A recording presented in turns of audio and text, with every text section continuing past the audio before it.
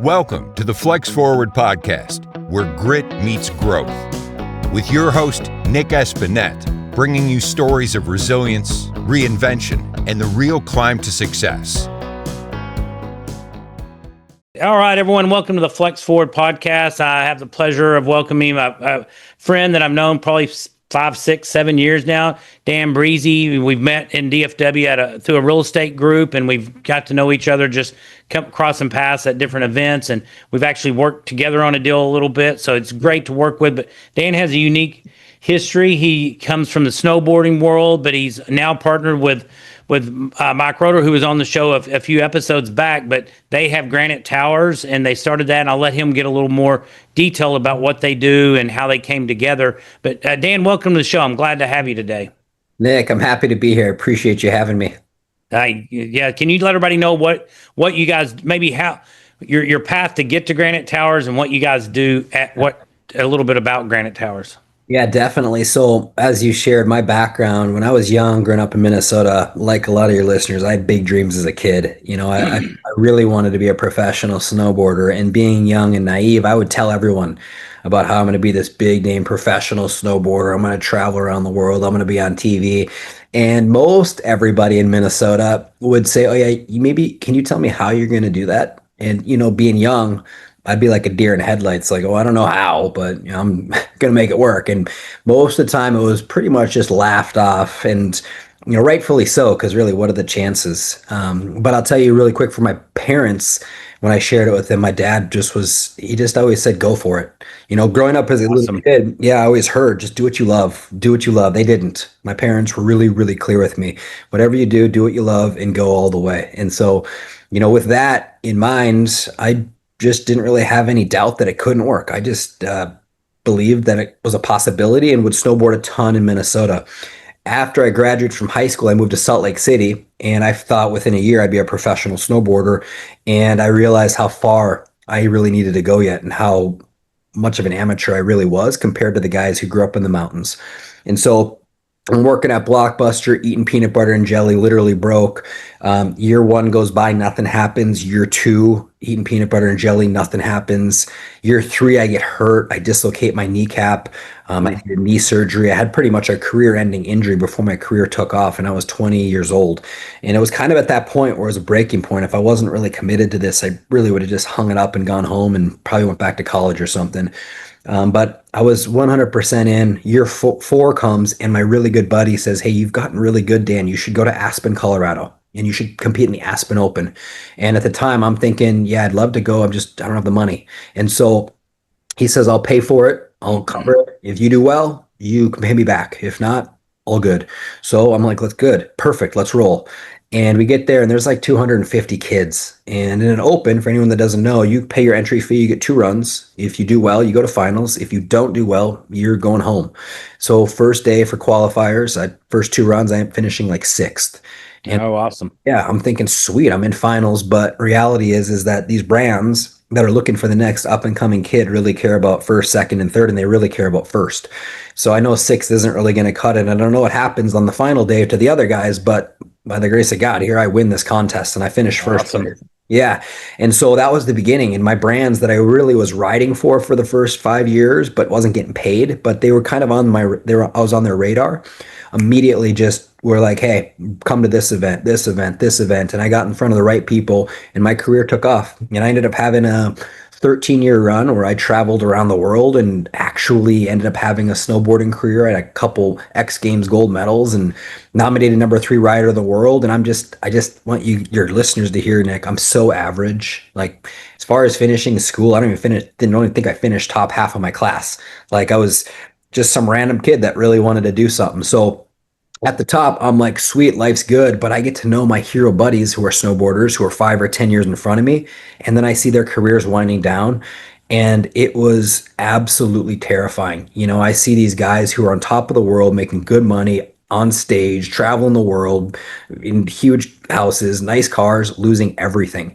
And when they're losing everything, I'm talking like going back to where they worked, drug addiction, suicide, divorce, and it really scared me. So that's when I learned 3 things that really changed my life. I started saying, what do I got to do differently with the money I'm making as an athlete? and I learned about passive income. I learned about how to hedge inflation, and I learned about depreciation.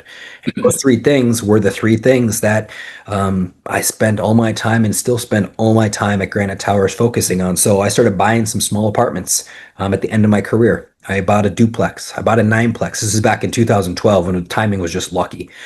I bought a 24 unit deal and I started seeing cash flow come in. And I was like, gosh, being an athlete's cool, but passive income, way cooler. I'm not working and that money is flowing in. And then hedging inflation, all of a sudden we ended up, they're lowering rates at the time. They're printing money, and I'm selling these deals, and I'm like, gosh, I'm making more in my real estate company or real estate investment than I was as a snowboarder. So I'm seeing Nice. that, and I'm getting a tax break because my wife, at the time, she's working at a restaurant, and my CPA says, hey, if your wife wants to manage the property, do some accounting, take care of the capex, we can get her as a qualified real estate professional. And all of a sudden, I'm getting a huge tax break as well. So those were the three things. And Mike and I meet in 2015. We ended up coming to a conference, really professionalizing the company. We started Granite Towers in 2017, and the rest is history. Great story. Can you tell us a little more about Granite Towers? What kind of your path and what you guys do there? Yeah. Yeah. Yeah, you bet. So in the beginning, it's just Mike and I founded the company, and we it really started with a 45 unit deal in Wisconsin, and we do value add strategies. I'm sure like a lot of your other guests, where we're buying an asset where we can put in 5, 10, 15,000 per door, implementing that CapEx plan in the first 12 to 18 months, ideally moving rents up, controlling expenses and getting some valuation boost by driving our NOI. And that's what the name of the game is for our company. It has been since day one. We currently have right around 3,300 units, about 22 deals that we asset manage. Various different stages for all of these deals. We just closed on a deal last week, 39 million, and that's in the beginning of the capex. Or we have deals that we've owned for 6 years that are long through the capex and are just in a steady idle position. But yeah, the main focus for us is multifamily value add. We do a little bit of triple net as well, where we buy car washes, we own the real estate, the corporate back company leases back the building to us, and it's very consistent cash flow with very high depreciation year one in that 130 to 150% range. Oh, wow. Yeah. Very nice. Well, great stuff. I love hearing the story. I'd never heard about you hurting your knee and coming back and starting. So that's great to hear. But what I hear in that is a lot of resilience. It's not you had opportunity. First year you didn't have your success. Second year, third year, and then you get injured. It took resilience to keep. I'm sure to keep going at those points, and that's where people need to hear that. Just keep pushing and keep striving towards your goals. So thank you for sharing that. And then then having the foresight to go, hey, as an athlete, your body's, there's only a short window of time. And you hear that on pro, football or basketball players that go from multi-millions to pumping gas or something within a very short time. So way to go on having the foresight to start getting that and taking the initiative to do it. Well, awesome. So, in what you guys are doing in Granite Towers, a lot of people trying to do it, those things. So what is something you think that sets you or your team apart to help you guys have success? Yeah, I'd say the biggest thing that we really have improved upon over the last 12 months is we've implemented a program in our company called EOS, which is Entrepreneur Organization System. And while implementing that, it really dialed us into our 10-year target, our 3-year target, and our 1-year target, and had us create core values that really define who we are at Granite Towers. And then real early on, they had us read a book called Good to Great by Jim Collins. Phenomenal book. If you haven't read it, you should definitely read it. And in that book, Good to Great, he talks about right people, right seat being the most critical thing that any company can do. And so the mix of EOS with our core values and bringing in a COO, which is, really the person who's going to build the infrastructure of our company, a great mastermind. And the mentor of that mastermind out in Hawaii says to us, he's like, you guys did a really great job of building your company to where you're at, but time for you to professionalize the company and bring in some people who have the experience of taking you from 3,000 units to 12,000, which is our 10-year target. And Nice. so Yeah, so bringing that person in and helping us create our targets and then hiring right people, right seats, with our core values speech has been really the biggest thing. And I think something that I'm most excited about is really perfecting my leadership skills. And I wouldn't say perfecting, but just improving upon because you can always do better. But really improving upon my leadership skills along with hiring the right people, right seats, creating a really exciting vision, compelling vision for all the people in the company and then connecting us with the best deals and a large amount of capital. So for us in the last 6 to 12 months, it's really been right people, right seats. I'd say next 6 to 12 months is focusing on an excess amount of capital. Awesome. Great stuff. So have you, do you think there's something you find easier that others may find challenging that you personally find easy? Yeah, I would say, something that I really enjoy. I don't know if I'd find it necessarily easier, but is leadership. And when I say leadership, I would say, how do I show up in any situation and read what's maybe not being said and Okay. be the right person to create the outcome we're looking to create. And I think, I went through a really phenomenal leadership course for a year and a half through a company called Ontacore, very high level, extremely professional, unbelievable leadership training.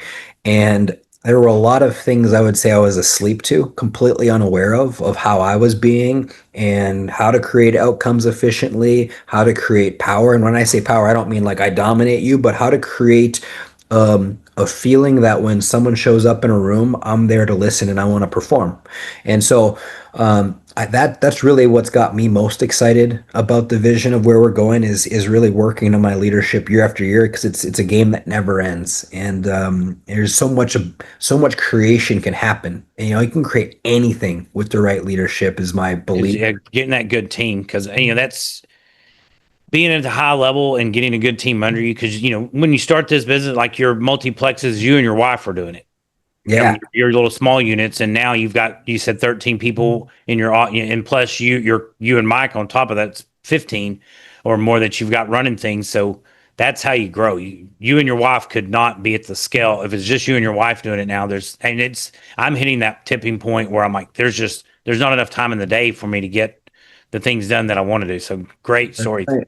Yeah, and that's it's such a critical point to realize, Nick, is that as you go to build your company, our mentor always says the hustler must die, and the hustler is the guy in the business or gal who's doing the work, doing the work, doing the work. I got this, Which this. is a lot of your entrepreneurs. Where you're in there first, you're wearing every hat and Yeah. trying to get it all done.